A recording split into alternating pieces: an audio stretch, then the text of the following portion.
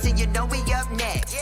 Yeah, we working for that championship ring. We the Valley, it ain't nothing but a thing. Phoenix. Phoenix Suns, and you know we up next.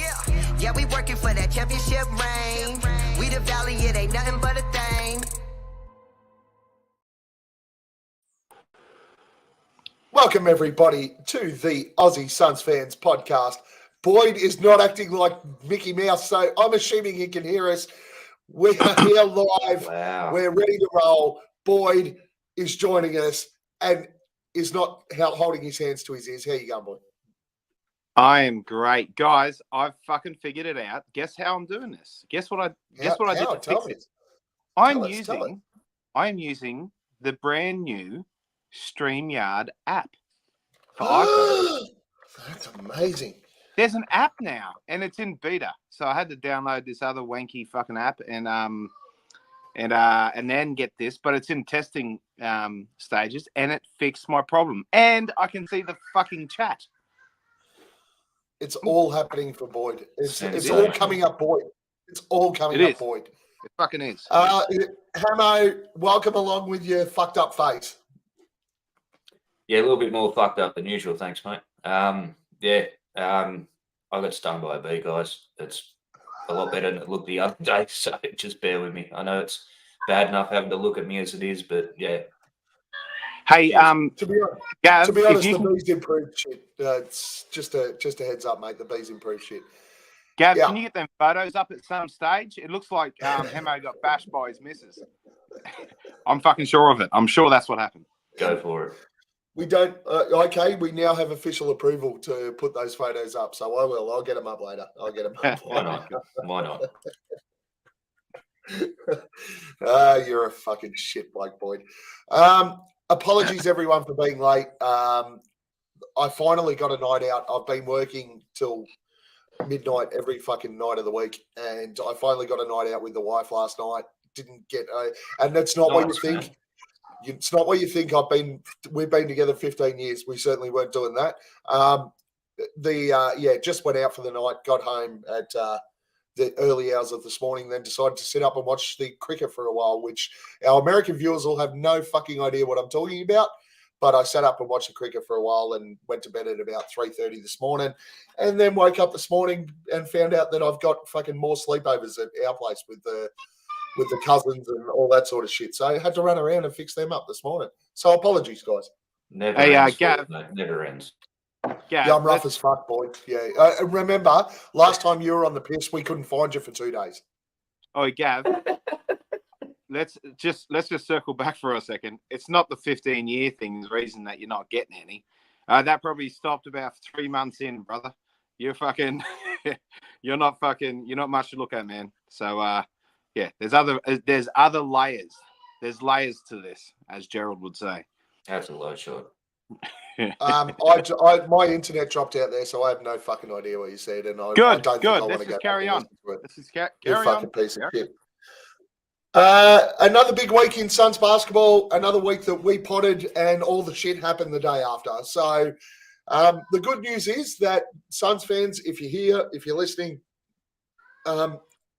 listening to this today means something good's going to happen tomorrow. First up, the first thing that happened, Cameron Payne was traded to the San Antonio Spurs. We gave him to the Spurs for absolutely nothing. A protected pick that isn't going to convey, and we also sent them some cash. But there's a reason that they did it, Boyd. $27 million in cap space. What's your thoughts there? No, it wasn't. There wasn't any cap space in it for us at all. It was the tax saving. It was just tax. Yeah. Sorry, yeah. Yeah. So we're not fucking. We can't even say the word tax space for a long time. Not tax. We can't even say the word cap space. Cap space for a long time. We gave them a second round pick. They gave us a second round pick, a fake second round pick. And we gave them some cash. They took on the $6.5 million, and because of the tax of what is it, $3.50 to every dollar that you go over a certain cap limit, you you get pinched with the tax. So yeah, it was a massive saving as far as tax goes. But I think ultimately, and everyone, and there's a lot of people that agree out there. Campaign, his days were numbered after Eric Gordon came on board. Aaron Gordon. I'm fucked too. I'm not even hungover, but I'm spent. But yeah, no. As soon as Eric Gordon came on, we've got so much playmaking now. I think we're really right in that space. And at the end of the day, Campaign, he's going to get minutes and he's going to get a chance to showcase his talents and get himself another contract. He's only just entering his prime. What is he? 28? He's 27, 28-year-old. Campaign. He's not an old duck. So yeah, man. Look, good for him. It's sad to see him go, but at the end of the day, we're sorted in that regard, and we got a lovely addition. Hammo. Yeah, I mean it's definitely a money decision and a smart one. Thank you, Campaign. It has been good.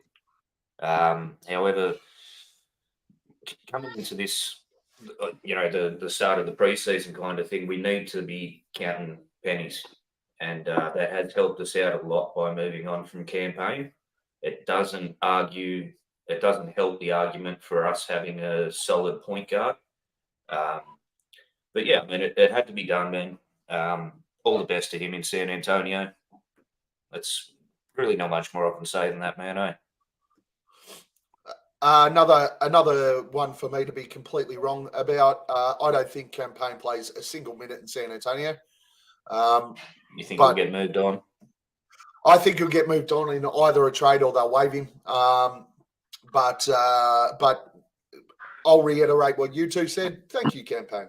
It was a big part from the bubble. It was a really big part of the culture that the Suns created, everything else. He put all his effort into Phoenix. He loved being here or being there.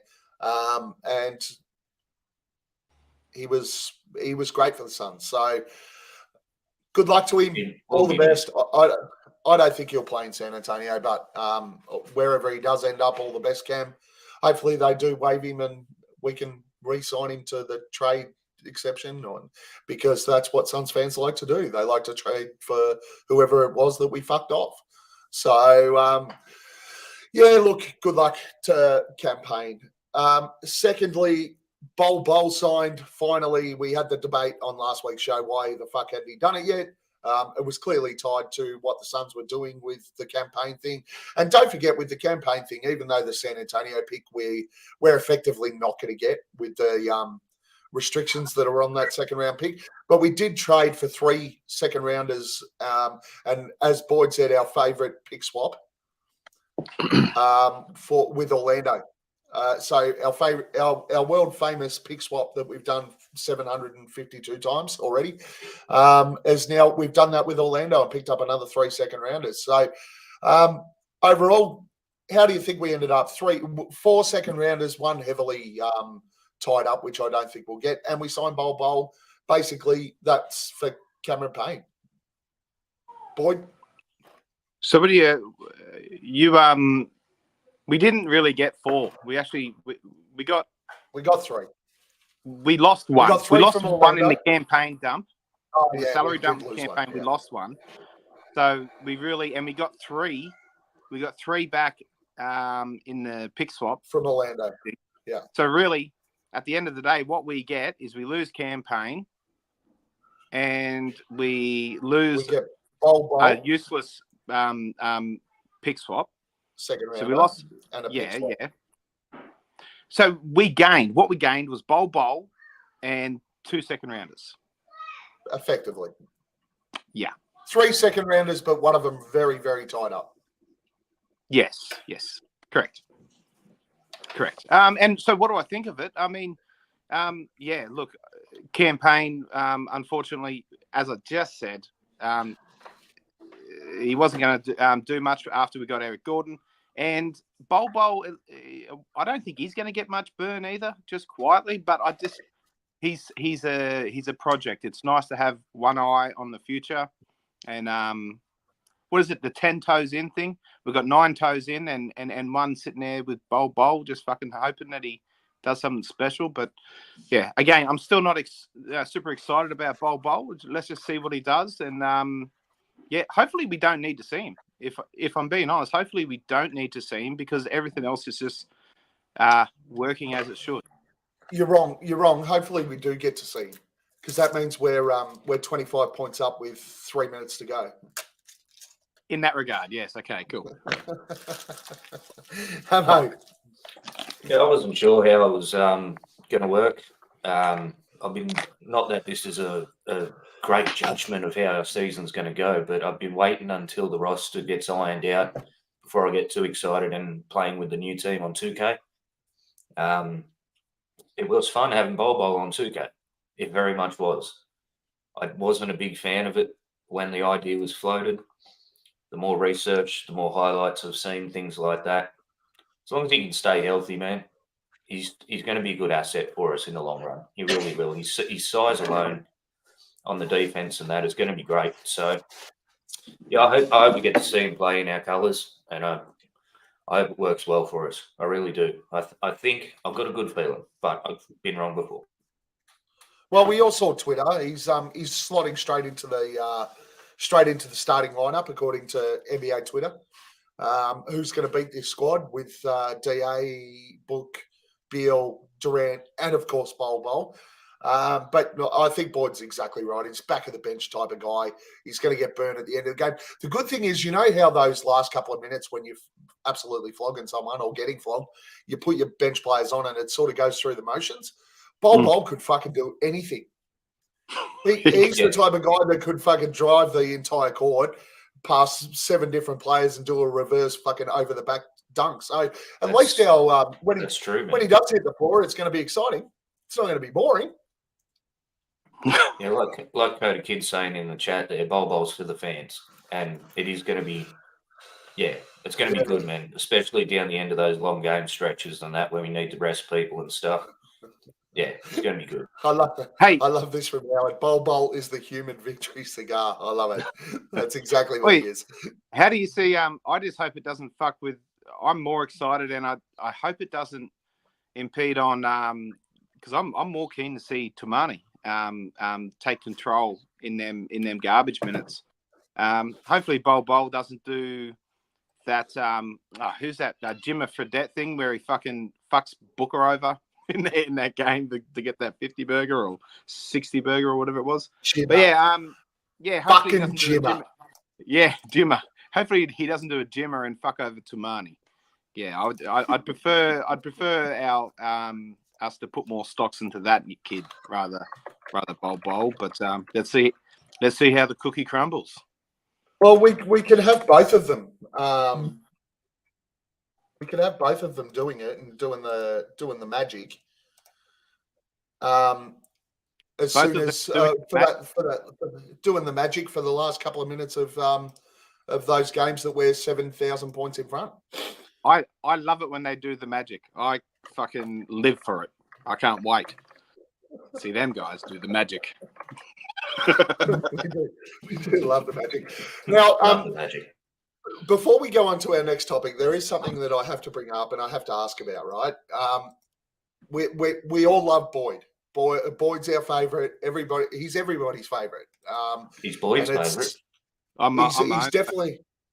He's definitely his own favourite. But Boyd, we had a conversation during the week about you coaching under 11 sport.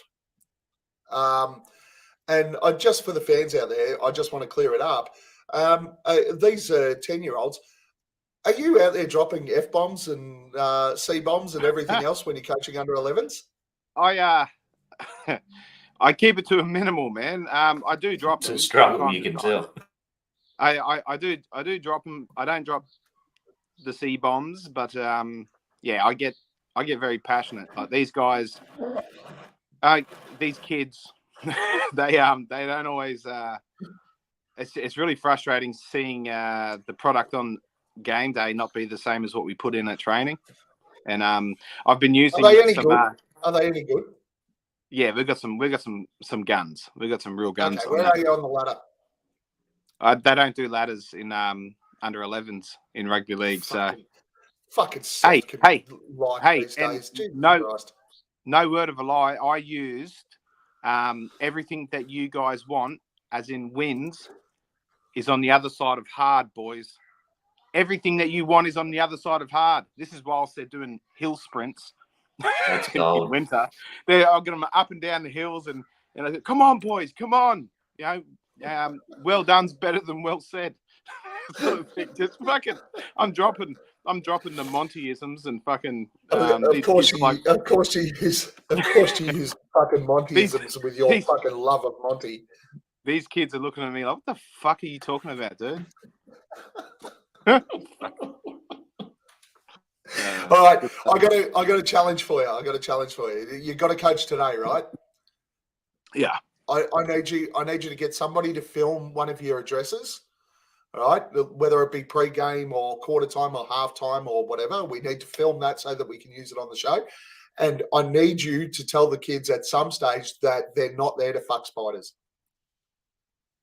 Win. Man. Throw everything else out the window. Win. I've got some fucking parents that might be out for my fucking scalp if I drop that one. I'll have a crack anyway. You need to slide it. I will approve the removal of the word fuck. And maybe we're not here to shag spiders. Whatever. Copulate. Fuck. I'll see what I can do. No, fuck. Yeah. All right. There's your challenge. Prison. There's your challenge for today. Get somebody to film your address and drop in. We're not here to fuck spiders. Yeah, because you drop an F-bomb every now and again, so there's nothing wrong. Yeah, surely the parents will be okay with that. Just give them a heads up beforehand. Listen, guys, this is what I've got to do. I've got to do it for the fans out there. I've got to bring some glory to the fans. The fans want to see it. I have to deliver. Yeah, we'll see, mate. We'll see. There's no chance we're ever getting that video, people. But it'd be nice. And before we do move on to the next one, Hammo, what the fuck, man? That's a good one, man. Show the other one. Oh, fuck, I only saved one. Which one? Yeah. The one where it looks like it went 10 rounds. So Hammo didn't make the bed. And his missus just gave him the fucking big don't argue. But yeah, no, that's fucked up, man. You look like Quasi fucking Moto in that fucking thing. You know, the worst part is all you need is a bell tower and a fucking just do the old Quasi fucking hobble. I haven't had to have a day off work since February, man. And this week I got myself a brand new Harley. That's the one. You're talking about this one, am I? Yeah. Look at that. Got myself a brand new Harley this week, man, and I can't even put the fucking helmet on and go for a ride. You were already ugly, Hammo. That's fucked. I know. That's just fucked. That's quality. Hey, lads, we're getting a G League team. Matt Ishbia has gone out, made it very clear on the Burns and Gambo show that within 2 weeks we'll be announcing a G League team. What's your thoughts, man? It's exciting. The G League team? Yeah, go, Hammo. Tell us about it. We haven't had one for a while. You know what I mean? And it's one of them brilliant opportunities where we can utilise those 2-way contracts and so forth. Call ups and put downs, I guess you call it. But it's an opportunity for blokes like Tu and some other players who need that little bit extra time to learn. In a setting that's professional and it actually means something. So I'm excited for it, man. I really am. I hope it's going to be what it has been in the past for other teams. And yeah, no, we're not going to shut up about it, Coda. We're going to talk about the damn G League. Boyd. Yeah, it's cool. It's not my fucking money. Buying a G League team, it's cool and it's not Bobby's. Okay. Not Bobby's money either. It's cool in the sense that we get the guys aren't just sitting on their hands. The young guys, the projects, you might see some, Tamani down there getting reps. That's all very nice. He can get them in the gym during training with our boys if he wants as well. But I suppose having that competitive, place that they can actually play against other ex-NBA players and other projects. What I really like is the fact that we're going to be able to. So there's going to be people foregoing college and going straight to G League, right? Well, it has happened a little bit, right? Obviously, Scoot did it last year, so we're starting to see. Originally, they were coming to Australia. Those guys. We've seen LaMelo Ball do it. It came through Josh Giddey. Who was that other dude who's done fuck all that played for the Breakers? RJ Hamilton. Hampton, Hampton, whatever, fucking shit. If I understand it correctly, there could be a 5-star recruit playing for our G League team. If they forgo college and don't want to play international, they can do that, and then they can nominate to be in the draft. Isn't that an unfair sort of scouting tool for whichever G League team gets that player? Like, isn't there some sort of coercive acts that can take place if that's if they're setting it up like that? Like, not with how the draft works. It's the same as Scoot, right? Didn't matter where he played, he was going to get picked where he got picked. You get a superstar and they're going to go number one just because they play for your G League team. But as you get down late lottery, even you still have to draft them or sign them to free agency. So it's not going to be an advantage or a disadvantage because teams can still sign these guys or still draft them. Realistic.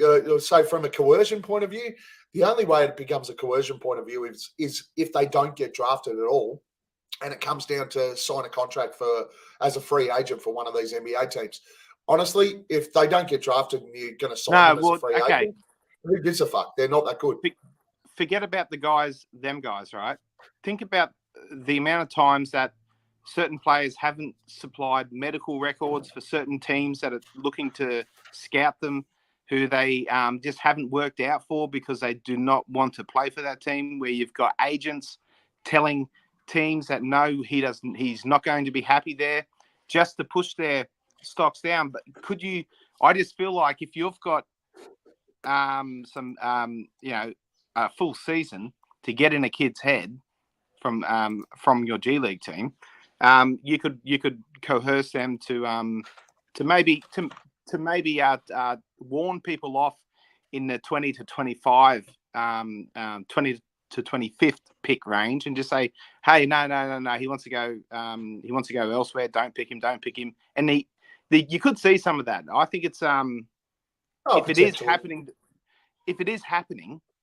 happening the way that I think it's happening, and there aren't strict rules and regulations around how much access the team that owns the G League team has to said player, I just think it's great for us because we've got lots of fucking shitty second round picks, and if we can get like a decent role player come to us who's about to be drafted, we can say, mate, just fucking tell all these fucking teams to fuck off and we'll take you. We'll definitely take you. But you just got to get down to the 45th pick. But yeah, I don't know. Yeah, it depends. It depends on what we own and where we own them, right? True. I can't seem to find the information that I'm looking for. Does this new TV deal, this free-to-air TV deal that Ishby has put together, does that include the viewing of the G League games as well? No idea. Because it'd be good to get the kids some exposure and, national, well, maybe not national television, but local television, get used to the interview processes and things like that. If it is part of that deal, then I think it's really good for them. No, I don't think it is. I don't think it will be. I mean, we don't even have the G League team yet. So, look, eventually, possibly, but the way plays at the moment, there's no way that I think the G League owns their own rights anyway when it comes to actually playing the games. They're pretty hard to find. Hey, You can't find them on League Pass. You can't find them anywhere else. So I'd say it's very, very unlikely that G League games will be part of what Ishby is doing with the streaming service. Yeah, boy. How do we get access to Ishbia's fucking streaming services over here, Gav, without League Pass? We don't, mate. We don't. So currently it is only for residents within the Arizona area. The question was asked whether or not he was going to look to expand it. I think that's a hell of a lot trickier when it comes to rights ownership and all that sort of stuff to get outside of the Arizona area, whether it be other states in the US or internationally. So fact of the matter is, internationally, NBA owns the rights. I'll shoot him a message. And they're going to maintain it. Midge asked, is there any other team that doesn't have a G League team? Somebody else, there's another team that, and is it Portland that announced? No, we were the last one. Yeah, we're the last one, but somebody else also didn't have one, but they've already announced that they're having one, and it only just happened. I'm not sure, but there's the ultimate answer to this is no. We were the last team without a G League or an announced G League. So look, I think ultimately we need a place where our listed players, particularly with some of these younger guys that are on the list, if they're not getting any burn, we need a place to be able to send them. And if Bol and Kamara and these guys aren't getting any burn, they can go back to the G League, they can play.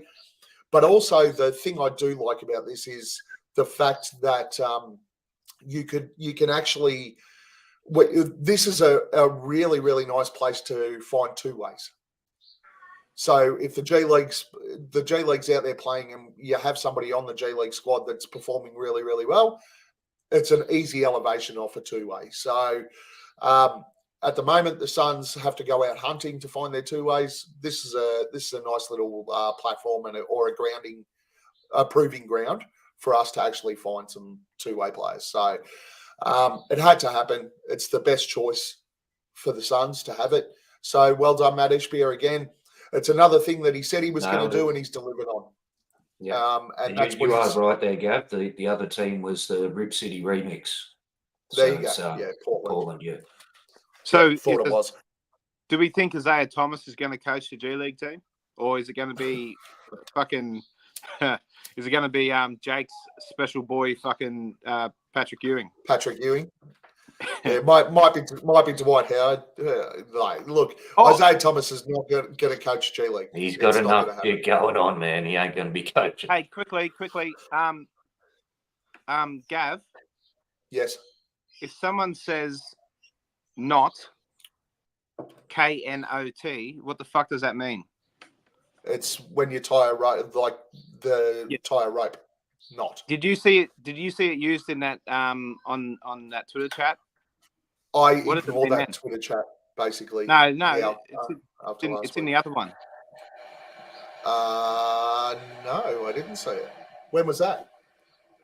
Dervish of Well, fucking Paul from Fanning the Flames used it in regards to in like a new lingo. They use the word not.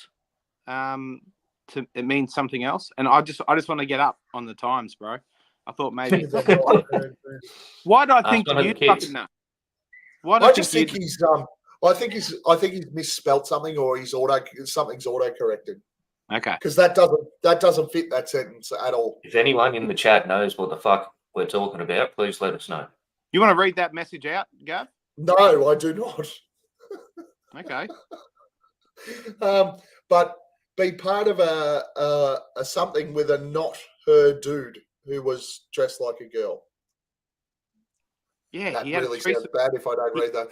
So Dwight Howard is being sued for sexually assaulting a dude, allegedly, and forcing him to be part of a threesome with a not her dude was dressed like a girl. So it doesn't make sense. It doesn't fit.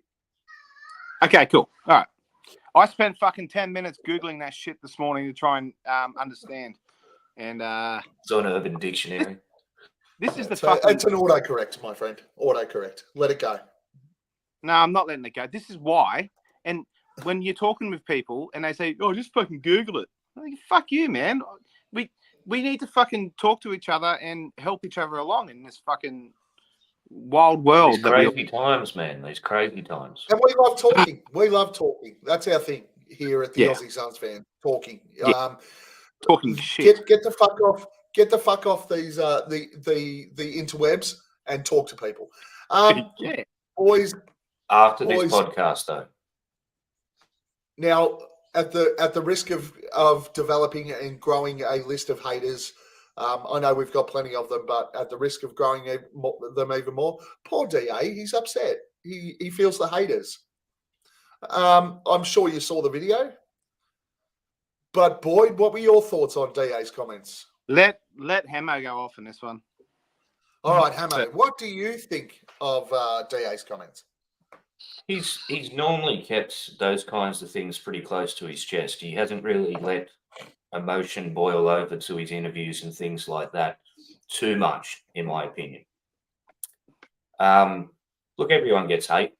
Everyone gets shaded in some way, shape, or form at work. Family, whatever, down the pub. Someone's always putting shit on you, and sometimes it breaks. Sometimes you can't take it anymore, and I get it, man. I get it. He's been really, really hounded by media and trolls and people like me. And he just finally had enough. But I think mentally he's probably going to be in the best place he has been in his career with the new coach, with the new staff. I think he's going to be much better. He just needs to express himself, man. And unfortunately, that is the way of the world at the moment, where it's too easy to sit behind a keyboard, too easy to start a podcast, too easy to put shit on someone that you've never met, like Ben Simmons. But he just had enough, man, and I feel bad for him. I really do. You DM'd Ben for his birthday, didn't you? I didn't DM him. I just put it out there. So, and I got to stop that shit too. I really do. So I read what he said in that interview in text before I listened to it. I listened to it like a day later, and I saw it all. But the way that it was portrayed and the way that it sounded just by reading it on the Twitter, I thought to myself, fucking fuck off, man. You fucking rich motherfucker. Fuck off. So go fucking cry in your fucking wads of money, cunt. Like, just fucking get back to business and fucking get off social media if it affects you so much. DA. Then, Gavin, then I listened to it and he wasn't whining. He wasn't like all the commotion that was going on about DA on the Twitter. He wasn't really whinging. He was asked a fucking direct question and he answered it. And then he followed it directly up almost in the same breath with, but yeah, I'm just gonna get out there and fucking get the job done next season. And I'm going to work on it. So, a lot is lost in translation when you see that shit straight up in text. It can make you feel different things to when you actually watch it. But, ultimately, he didn't lie. He has been copying it from a lot of fuckers on social media. But he wasn't whinging for a long time. There was no whingy tone about it. It didn't really bother me after I listened to it. I actually was more excited after hearing it. And move along like fucking. There's nothing there. And that's you nailed it there too, Boyd. The text is the main thing. I mean, even between us, there's been words that have been misconstrued because there's no inflection, there's no voice behind it. You're only reading it, so that's half the problem. It's a problem when you can't read properly, like me. You'll never get that from me. I'll just fucking tell you, whether it's text or the other way. No, that's look. End of the day, DA Look, as fans, we're going to be critical of players. He cops it because he's the number one pick and he's on a $30 million contract, and people aren't happy with the output that he is putting forward. And it's reasonable for fans to call that out. It's not reasonable to attack the guy personally. 100%. It's not reasonable to go way too far with someone. And they said it on the PHNX pod. Go and hit the search button and type in DeAndre Ayton and have a look at some of the shit people post. It's fucking disgusting. Right? Now, I've always been a DA defender, and I'm still a DA defender. I still think he's an excellent defender who changes shots at the rim.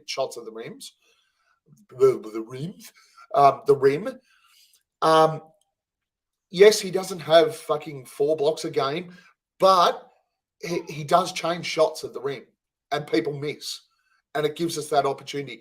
He's a very good switch defender. He can defend on the stretch. That's going to help him with Vogel. And particularly from the part where we're going to play drop coverage and he's going to get to sit basically in the key and play that defense, which allows him to change shots. I think that's going to work very well. Even on the pick and rolls or the high intensity, the fast offense that we're projected to play with the squad that we've got, that's going to work for DA because when he does hustle down the floor, he gets to really good spots and he's going to get opportunities. Now, that's all we want to see, right? Now, we said it last week. I said it last week.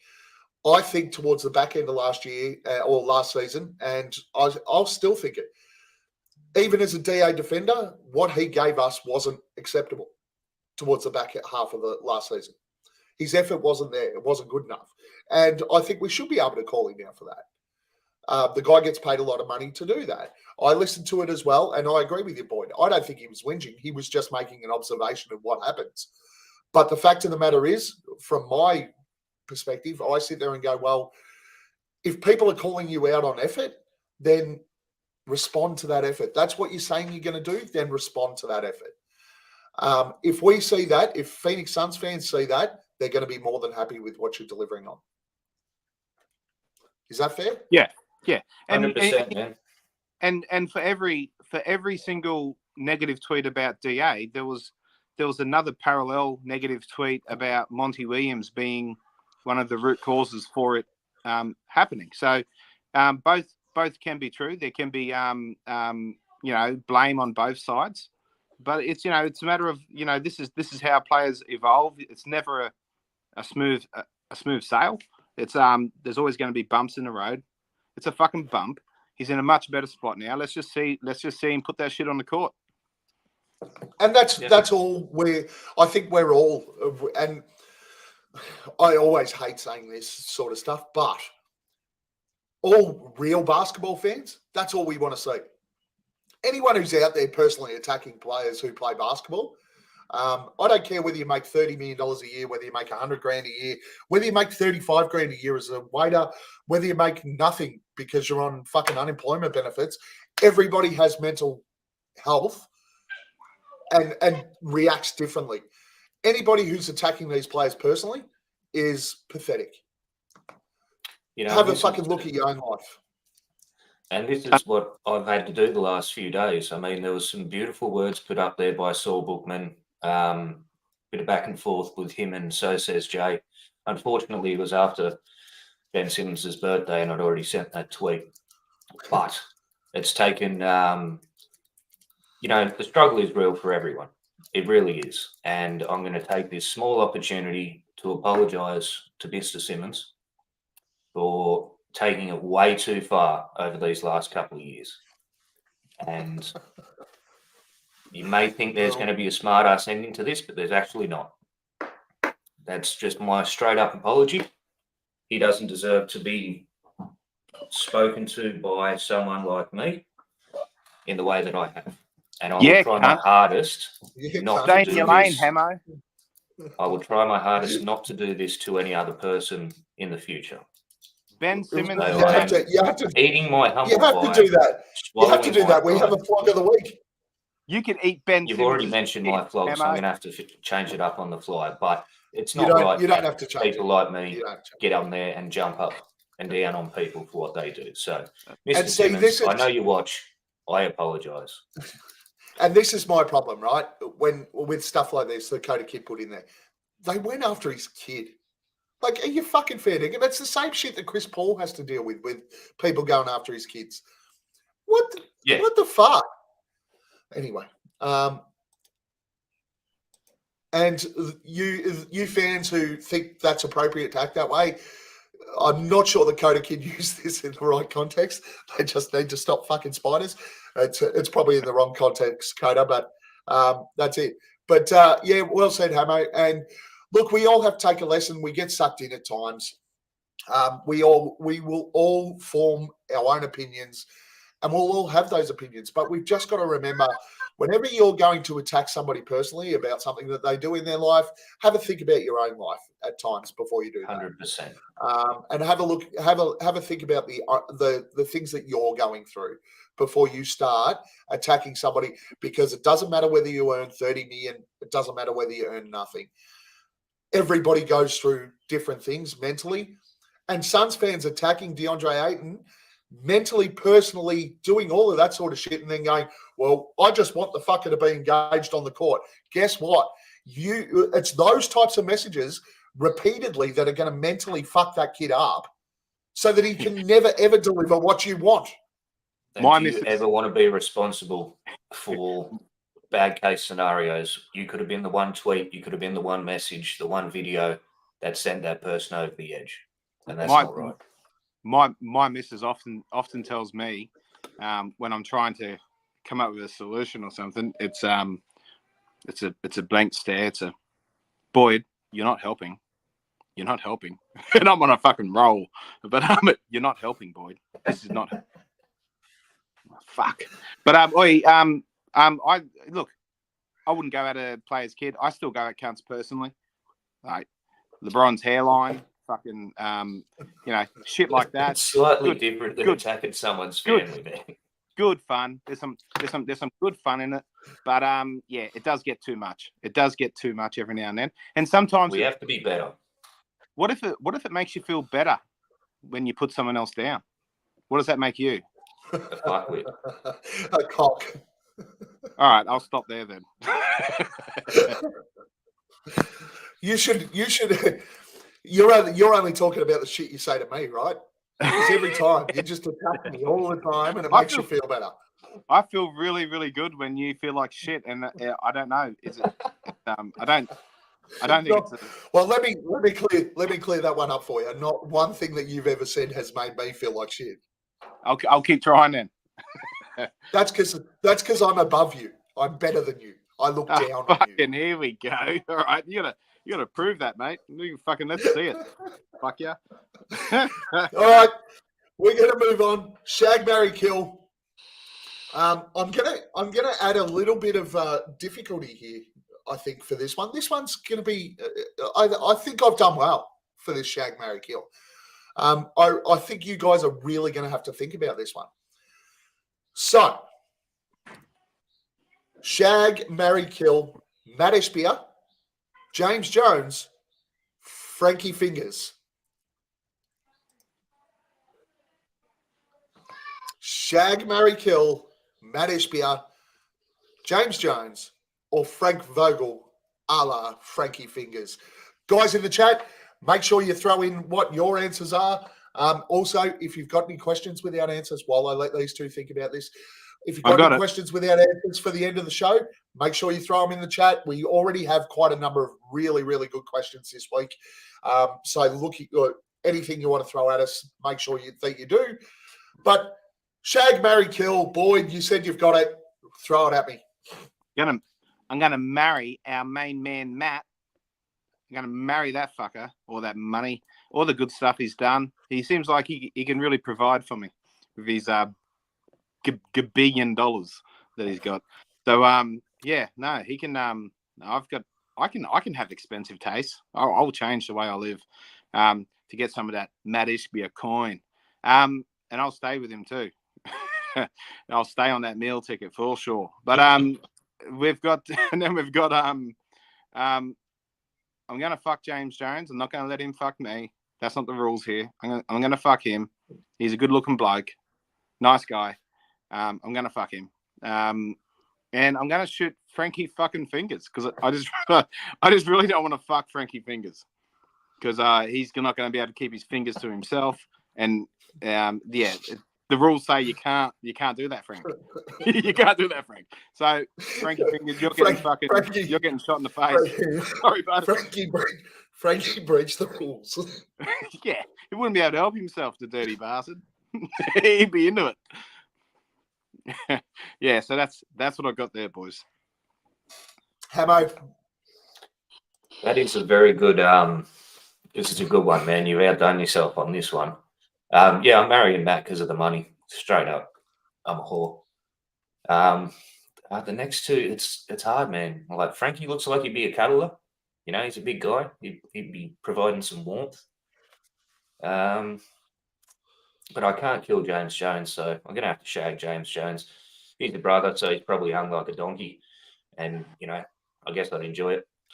But hey, I just told you the rules, Hammo. You don't have to let him fuck you, but if that's your prerogative, that's the way I wanted to go down. Yeah. Okay.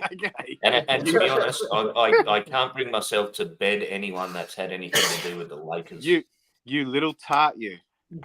You're gonna loves it both ways. Going for it. You do. Right. There was a Dwight Howard joke coming up there, but I'm not doing that shit anymore, guys. I am shagging Frankie Fingers because for the reason the boy said, he's got the fingers. I'm shagging him, but I want to see the fingers like that. That shit added additions. Really, that's adds a bit of excitement to the show. Oh, man, I'm just going to go against all of you here. So, because fuck you, I'm going to marry James Jones because I think he'd be an excellent housewife. He clearly does everything that his boss tells him, so he'll do everything that I tell him. Keep the fucking house clean, James. James, make sure that I've got my slippers and hot beverage when I get home from work. And I'm going to fuck Matt Ishbia. And I'm going to fuck Matt Ishbia while I'm married to James Jones. So that's going to be my side piece, is Matt Ishbia.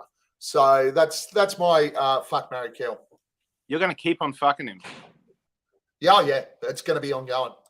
Okay. You dog. You fucking dog. And you're gonna shoot. Hang on. Who you shooting? Frankie Fingers. I'm killing. What did I say? Oh yeah, no. I said I'm shagging two of them. I'm not killing anyone. You're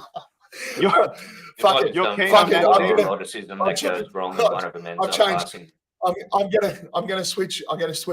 I'm gonna have to pivot here because I fucked that up.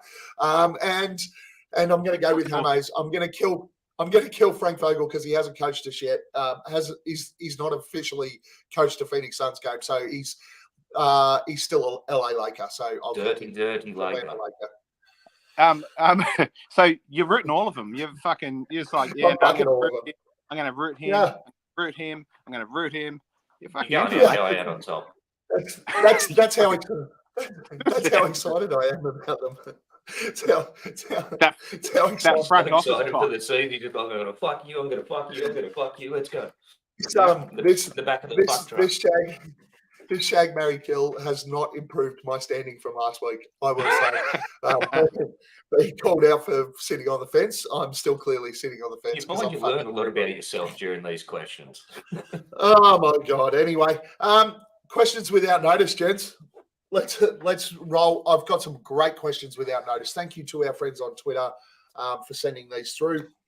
It really is appreciated. We do enjoy questions without notice. So if you are listening, you do have questions, DM me on Twitter, send a message on Facebook. Make sure you keep it separate to everything else so that we can keep it a secret from these guys. But we really do love answering these questions without notice, and we should maybe change it to hashtag Ask the Aussies. Actually, fuck it, I'll do that right now. I like that. But we really do. We really do enjoy this this segment. So, guys, keep firing through those questions. They can be about anything. We've already promised that we'd answer them to the best of our ability. These first questions come from at Elbow Jumper, Luke on Twitter. He sent us the first group of questions. The next group of questions come from Jerry, our friend Jericho, who was on with us last week. So, lads, are you ready? Oh, yeah. There you go. The new revamped Suns lineup gets the Suns all the way to the finals. Who gets them there? E.g., which bench players exceed expectations and who gels best with the stars? So the question is, who outside of our core four is going to be the main reason that the Suns make the finals? That's a really well thought out question. Boyd, what do you got for me? Oh, Hammo, Yeah. Hammo, go. No, you're right, mate. Go for it. Oh, look, I will say, I feel like outside of, it's really hard. We don't really know much about who's going to be our fifth guy, let alone our fucking sixth guy. But if you're looking at, I'm going to say it's going to be Eric Gordon. Eric Gordon, he's 34. Yuta Watanabe. I'm still holding him down as my fifth starter, and I feel like he goes in there, splashes a million threes, and is exactly what the starting lineup needs. And yeah. But look, ultimately, I'm going to go with Yuta. But ultimately, it could be any one of probably three or four guys. It could be Eric. It could be fucking Diop. It could be Yuta. Fucking, it's really hard. That's a hard one. That's a good one. Great question. It's too easy to just say the bench. It's too easy. But you picked my one there. I'm glad you changed it because, yeah, Eric Gordon. I remember all the time when we played the Rockets, man, this bloke would just always be a pain in the fucking ass. Always. So I really think that he, will keep us going, keep us on the track to the promised land. So yeah, Eric Gordon for me. Yeah, I think I'm also sort of Eric Gordon, I think. Just because I think that guy is he's going to be so important when it comes to bench points. And one of the places 100%. we've struggled over the last couple of seasons is bench points. I don't think Eric's going to start, but I sure as shit think Eric's going to finish games. So he's going to be very, very important. Yeah, well, particularly because we are going to. Fact of the matter is, we're going to need points off the bench, and it's something that we've debated ourselves for so many years. It's one of the things that we personally have debated for so long. So, yeah, I just think that Eric Gordon's going to be really, really important. And outside of Eric Gordon, because he does have a lot of experience, obviously, I think out of the new guys that have come in, I'm going to stick with who I think is the fifth starter, which is Keita Bates Diop. Keita Bates Diop. I just think that extra player, whether it be Bates Diop or Bol or Metu or whoever, Watanabe, whoever fills that role is going to be the important player, and is going to be the player that drives us to that next level. Yeah, that's good call. Next question. Not a lot has been made of Vogel's expected adjustments just yet. He used terms such as scrappy. What do you want to see the Suns do defensively and offensively? I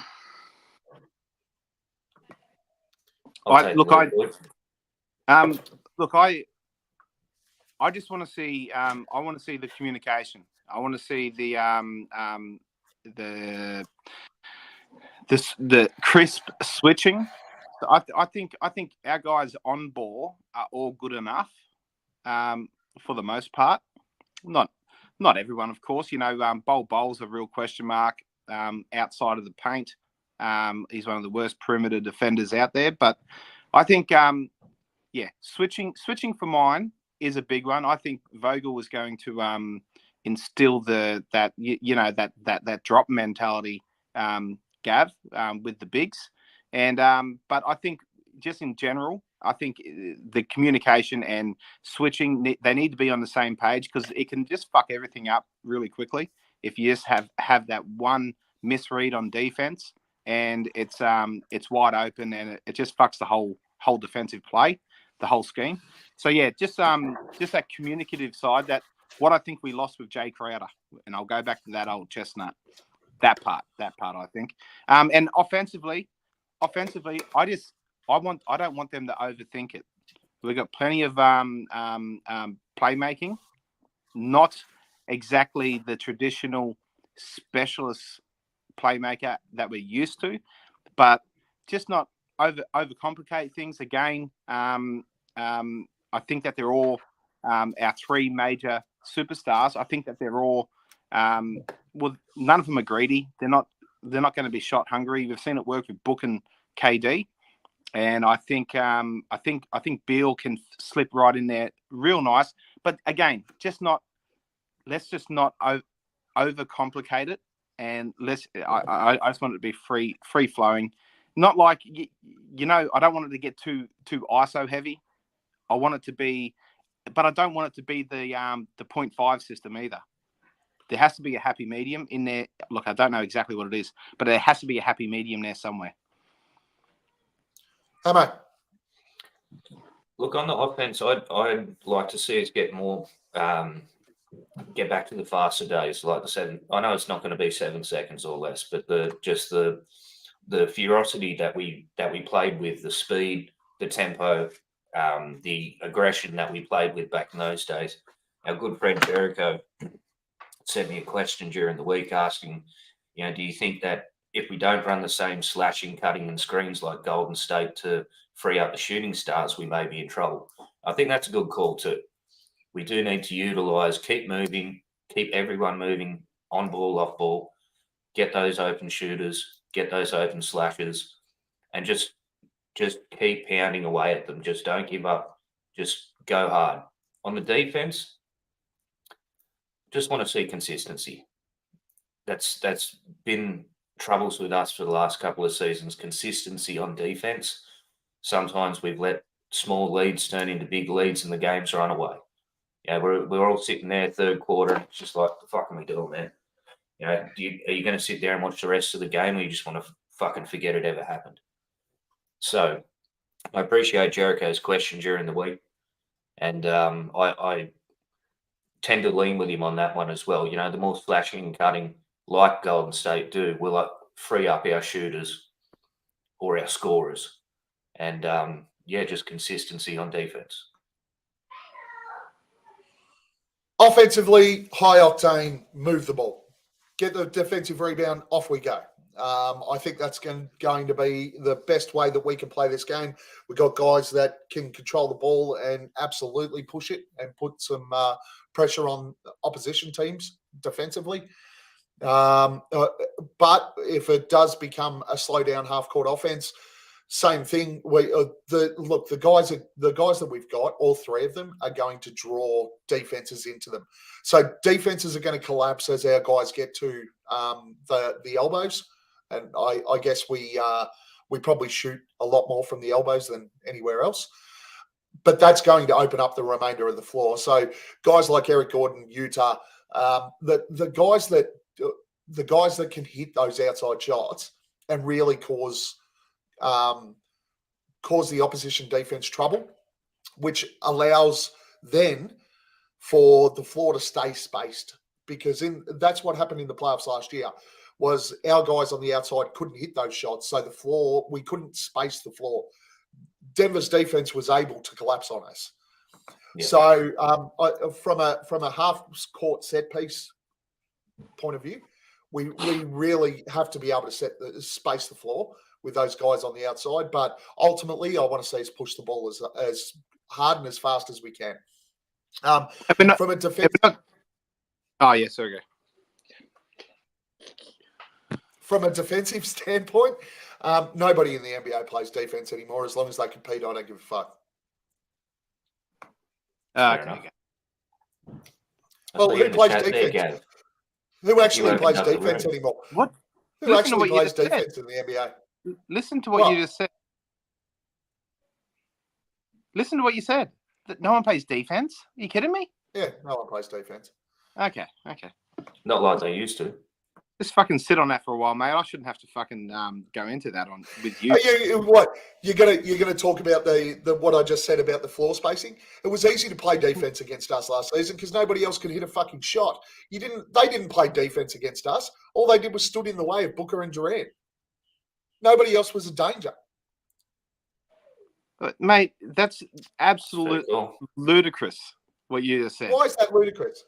Did you see Aaron Gordon playing defense on KD? Yeah, he went fucking hard at him, and he put him out of his comfort zone multiple times when KD should have been there fucking putting the fucking sword to him, and he played a lot of bully ball. He still played well, but yeah, no, defense. KD just couldn't hit a shot. It's massive, mate. You can't just say they can't all just go sit in the fucking corner and take nights off. That's ludicrous. I'm not talking about them just standing around doing nothing, but they've just got to compete on the defensive end. We play man-on-man defense basketball. As long as they've got that coverage, we're good. Hey, so long as we haven't got all the open threes going to Josh Okogie in the corner, we're fucking good. We've got Utah there shooting 55%. Eric Gordon shooting from 14 meters behind the we'll just score more points than them, eh? That's exactly right. We score 150, they score 140. DA's the point guard. Only need to win 4 games in the NBA Finals by a point, and we win, and we have a title. So that will work for me. I'd be more than happy with that. Next question. DeAndre Ayton's theme seems to be reclaim the love this upcoming season. How does he get there? How does DA reclaim the love of the Phoenix Suns? Whose question is this? Still Luke's question. Isn't it? Yep. He's got some good questions, man. Thank you, Luke. Go, Hammo. What does DA have to do to reclaim the love? Show up. Just show up consistently, man. You know, we blokes like myself and most of the people on this cast, man, we've always wanted DA to be DA. We know what his potential is. We know what his ceiling is looking like. He always wanted to play in Arizona. He wanted to play for us. And I think the love is there. It's just been overshadowed by inconsistency. So all he's got to do is go out there and show us that he's trying to get better. I think that's, for me, I think that's all it's going to take, man, because people really, really want to love DA. They want a reason to love him, to get excited for him, to cheer for him. And I think consistency is the only way that that's going to happen. Boyd.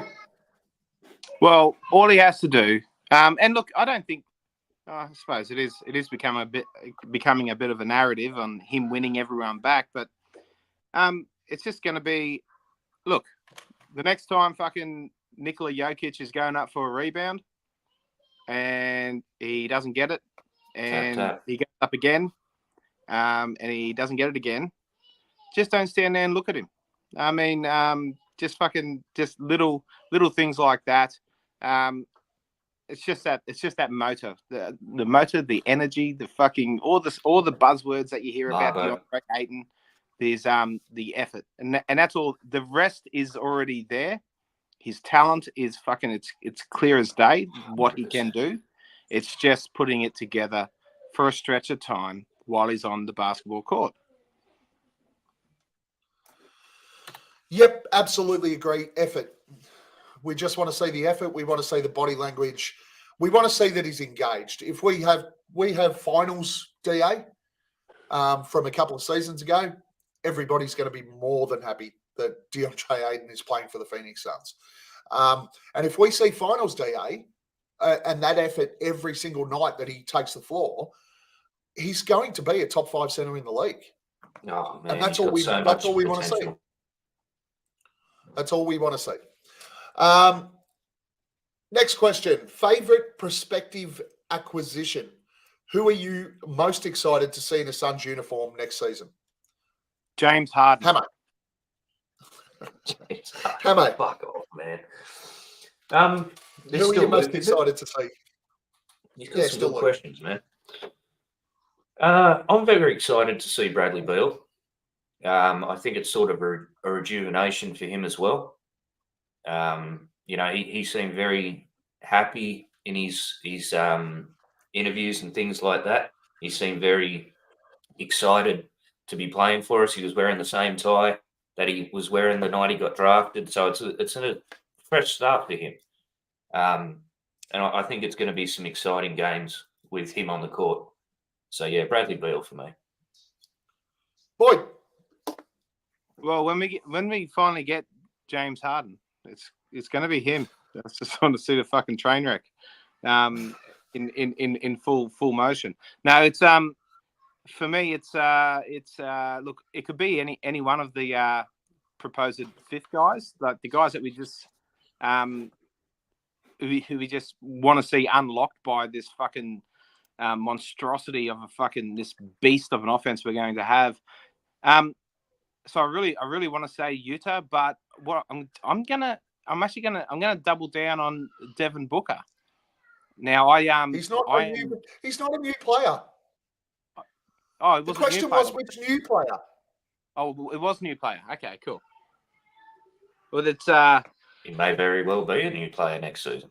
It's Utah. It's Utah Watanabe. He is, out of all the guys that we got, I think that he has that one aspect of his game that is truly elite, and I just think he's going to be unlocked at a new level, and it's just going to be I think it's going to be really beautiful watching him go. He's our new Cam Johnson, man. And you know what? On top of all that, he's a nice guy. Is it? He's a nice guy. Nice guy, I think. Yeah. Look, for me, it is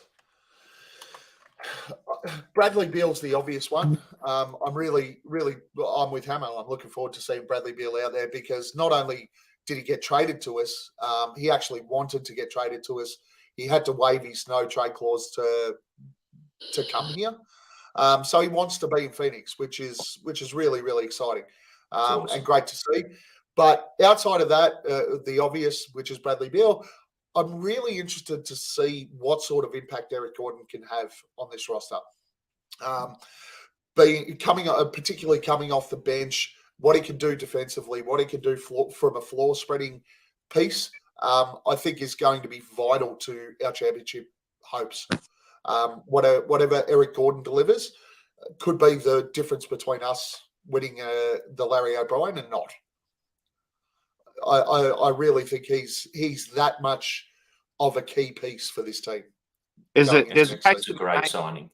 There's a case to be made for almost every one of our new additions. It's very exciting all around. Joel, you are correct. Boyd Joel's a fucking. By the way, Joel's a fucking cockhead LeBron fucking dick rider. By the way, fuck you, Joel, mate. All right. The more interesting questions now. These are coming from our friend Jericho, who joined us last week. Have you ever laughed so hard that you pissed yourself? If so, what was the situation? Boyd, I damn near shat myself. Laughing. It was really good, and it was my mate. My mate, he had something wrong with his fucking guts, and he. I was a teenager, by the way. He had something wrong with his gut, something serious. It's something to do with some pancreatitis or something wrong with his pancreas. And he had to go to the doctors and get a camera shoved up his up his bottom, and on a big tube thing. And he called. We did a 3-way phone call, and he told me and one of You did our a other. three-way with someone having something shoved up his ass. Someone have a hose And, up their ass. Yeah, we did a 3-way phone call, and he told us about him being violated by this fucking camera. And I laughed for nearly 15 minutes solid at him, and he just sat there and copped it all. And I pissed myself a little bit, and I think I fucking sharted. It was a fucking mess. It was one of the best things that have ever happened to me in my life. It was fucking great. Anyway, yeah. That's for me. That's the best thing that ever happened in your life. Not meeting your wife, not your kids being born. Your friend having a camera shoved up his ass was the greatest moment of your life. It was hilarious. During the 3-way. During the 3-way. Hammo. Look, it's no secret my memory's really not the best. So when it comes to remembering what made me laugh so hard, I can't really think of it. But no, I've never pissed myself. But I tell you what, I laugh every time that Frankie V drop gets played, man. I just love the look on Boyd's face. It makes me laugh. And I just sit here sometimes thinking about it, just pissing myself laughing, man. But not actually pissing myself. So, I think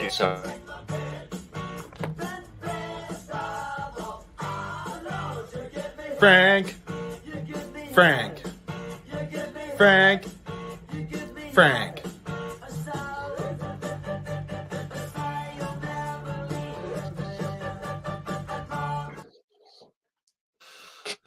It's I love that shit. just quality. It's just quality. It's quality. No. No, not for me. I've never pissed Just myself no. laughing. Just no. I've laughed generally, mostly at myself or at Boyd's fucking stupid shit. But I just don't find people that funny because when you're me, you only understand and know true humor when it comes from yourself. The funniest person that you know in everyone's mind, yes. I will echo that, Gavin. You are one of the most self-absorbed, fucking into yourself guys I've ever met in my life. It's unrequited and fucking hilarious for me as well, watching it unfold. Also, any time that we podcast with Jake, we always laugh as well, fallen founder. So, yeah. Coda's tried to join us. Coda, your device hasn't connected properly, so jump off and jump back in. What is your best get out of trouble / get out of jail story? Well, fuck, it depends on what I'm going to jail for, really. That's a real No, well, just get out of trouble. So have you ever had a situation where you've managed to get yourself out of trouble or out of jail? How did you do it? What did you do to get yourself out of that trouble? Oh, fuck. You know what? Don't give away all the trade secrets. The best way to walk back something that you've done wrong is to be honest and transparent, and mate, take the front foot, accept it, own it, and fucking be truthful about things. If you're straight up with someone, that's great. That's great. And you're on the fucking level, boring. And if you're on the level with someone, and you can look them in the eye and just say, "No, you're fucking right, rah," and just fucking eat it, and fucking no, you're good. You can get out of shit. People will fucking accept that. That is the most boring fucking batshit answer I've ever heard in my life. We are now all dumber having listened to you for the last 30 seconds. I think, mate, there wasn't enough context in that question for me to give a precise answer. So fucking fuck off. Hammo? I'll tell you a little story. Growing up in my mid to late teens, we had a mate and his parents used to go away to their caravan down the house every weekend. So we had the house to ourselves. And there'd be 12, 15 people there causing all sorts of havoc, playing music way too loud, smoking things we shouldn't. One night it went a little bit too far. There was people hurt. There was fires started. There was damage done. And we're all sitting there trying to work out how the fuck we're going to get out of this. What the hell are we going to say to his parents? And I'm just sitting there thinking. I started thinking about someone that we used to go to school with that we didn't go to school with anymore. And I said, it was him. Tell your parents it was him. Blame some other cunt. Blame a cunt that wasn't even there. And that they would not be able to find. The only way that story could ever fail is if this dude showed up like 10 years later knocking on the door like, hey, do you remember me from school? Other than that, perfect scapegoat.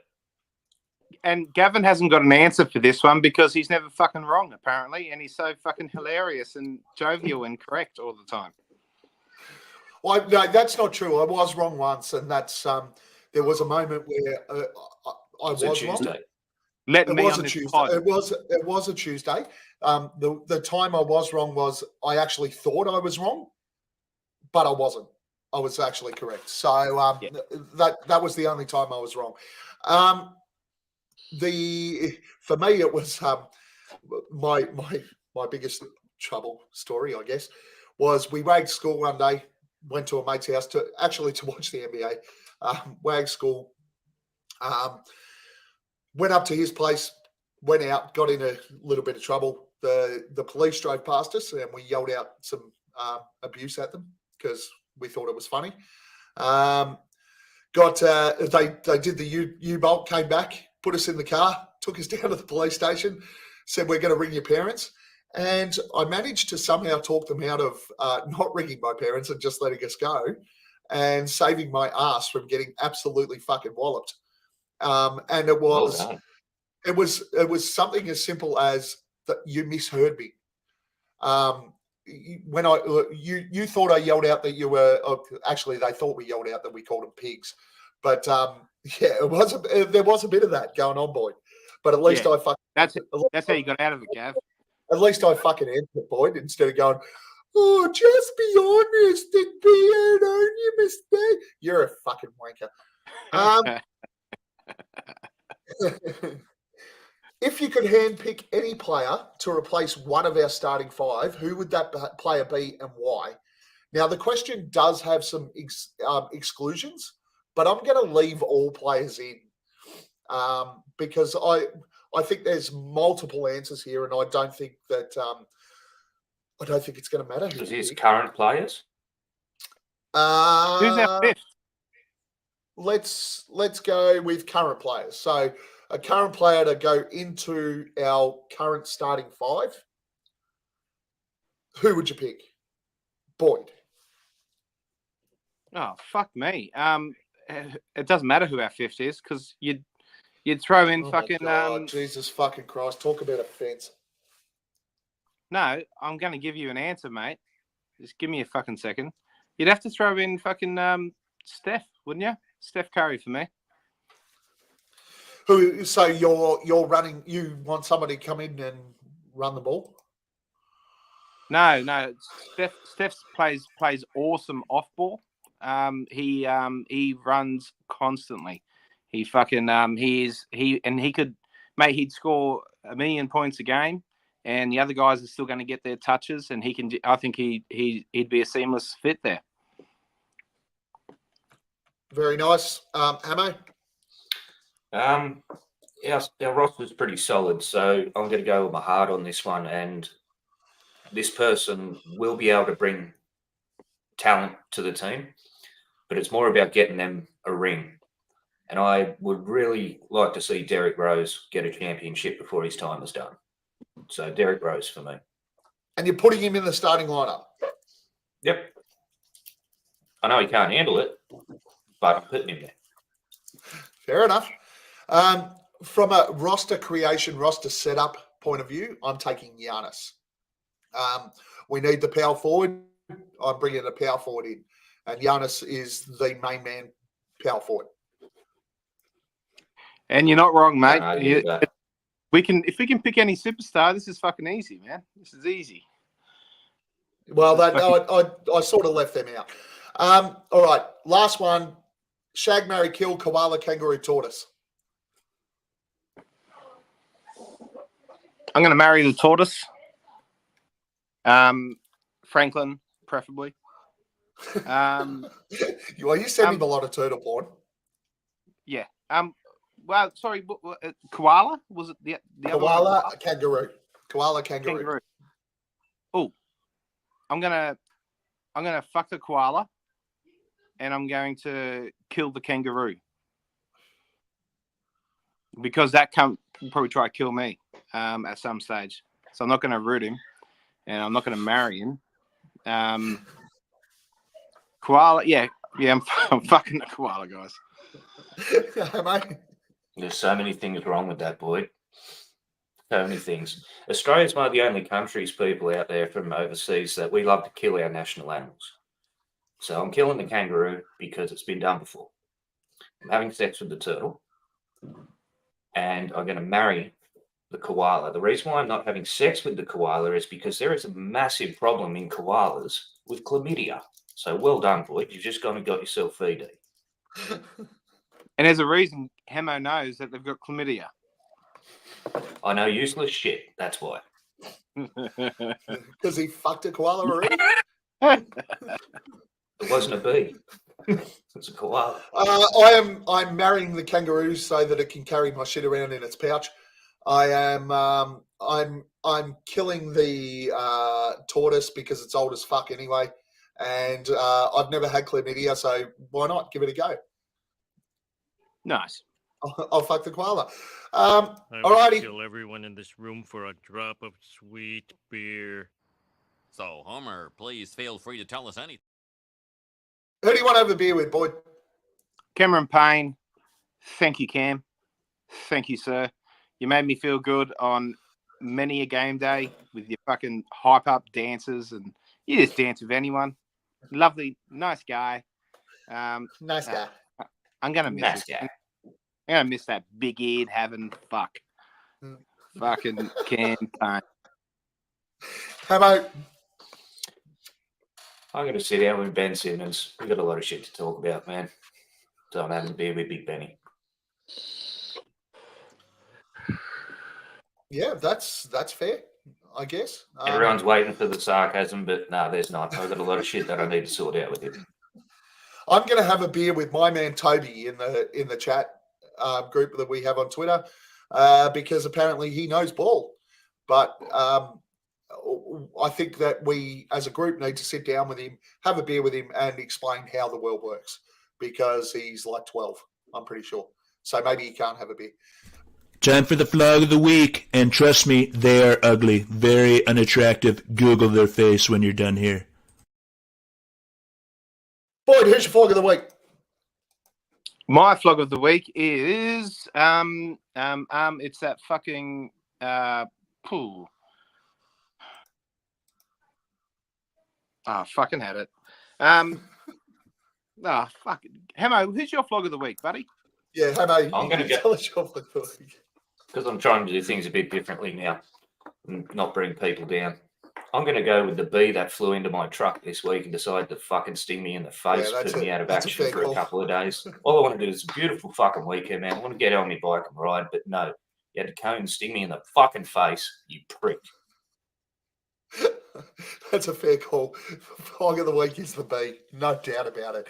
Boyd, who's your flog of the week? I'm just gonna have to go with Dwight, but there was another one, and it was. I know you're gonna steal it, Gavin. Dwight Howard for his fucking threesome with the fucking tranny and a guy and a girl that might be a knot or KNOT, a nautical mile, whatever the fuck, man. That cunt just needs to fucking, put a lid on it. Fucking put it away. It's for pissing out of only, mate. He was doing so good to redeem himself over there, wasn't he? And then this shit again. Yeah. I'll give it to Dwight. Lovely. Get him go. I am going with Dan Bickley of That's Media, Phoenix local media. Dan Bickley is one of the biggest fucking Phoenix Suns bashers in all fucking sport at the moment. He comes up with just the worst, dumbest, idiotic fucking takes every time that fucking idiot gets on the radio. Who the fuck lets that man on the radio? He's a fucking moron. Move on. Put somebody on there who actually knows their shit. He cannot in any way, shape, or form, and I hope you do fucking hear this, in any way, shape, or form, are you a journalist? None. You are not. Get the fuck off the radio. Get the fuck off writing. Get the fuck off everything else. Fuck off and go to Portland or something like that, or Minnesota. Nobody gives a fuck who you are. Get fucked. A lot of people unhappy with him at the moment. Hammo, where do we find you? Last comments. You're on mute. Can't hear you. Sorry, guys. You can find me at Sir Hammo on the Twitter. I'd like to give a shout out to the fellow who did this artwork behind me. It's C4 Cartoons. That's Tunes with a Z on Instagram. Not only does some great Sun stuff, but a lot of basketball players and teams in general. So be sure to check that out. And yeah, it's been an absolute pleasure. C4 Cartoons. Like with a Z. That? That's like the one. this? Yep, Yes, that's the this ones, one? mate. C4 Beautiful. Cartoons. Check him out on Instagram. Well done. Great background. Great podcast. Boy! Last comments, where do we find you? Yeah, guys, if you want to check out some of my artwork that I've done on paint as well, and I've got some of my kids' stuff up on there, you can find me at Fucko on Instagram, at Fucko on Threads, and at Fucko on the Twitter. Come and have a look. Please don't go and search for @Fucko on any of those, because Boyd does not have that handle on any of those fucking sites. He's just a fucko. At Buds83, boys. For me, at Aussie Suns Fans on Twitter, at Aussie Suns Fans on Facebook, if on YouTube. If you haven't clicked the like button, you're a fucking cunt. We don't like you anymore. All you have to do is hit the fucking like. It takes 1 second. Fuck's sake. That's the first C-bomb of the episode. It might be, but I'm just really upset That's a that people record, don't man. hit the like button. Jeez, it's not that hard to hit the like button, guys. Fuck's sake. At Aussie Suns Fans, follow us. And remember, most importantly, as per always, we've been here. We are Boyd, Gavin, and Hammo, and we're not here to fuck spiders. As Chris Paul gets in, another wide open three. Pierre Cardin. Defers to Booker for the long range. Phoenix. Phoenix Suns, and you know we up next. Yeah, we working for that championship ring. We the valley, it ain't nothing but a thing. Phoenix. Phoenix Suns, and you know we up next. Yeah, we working for that championship ring. We the valley, it ain't nothing but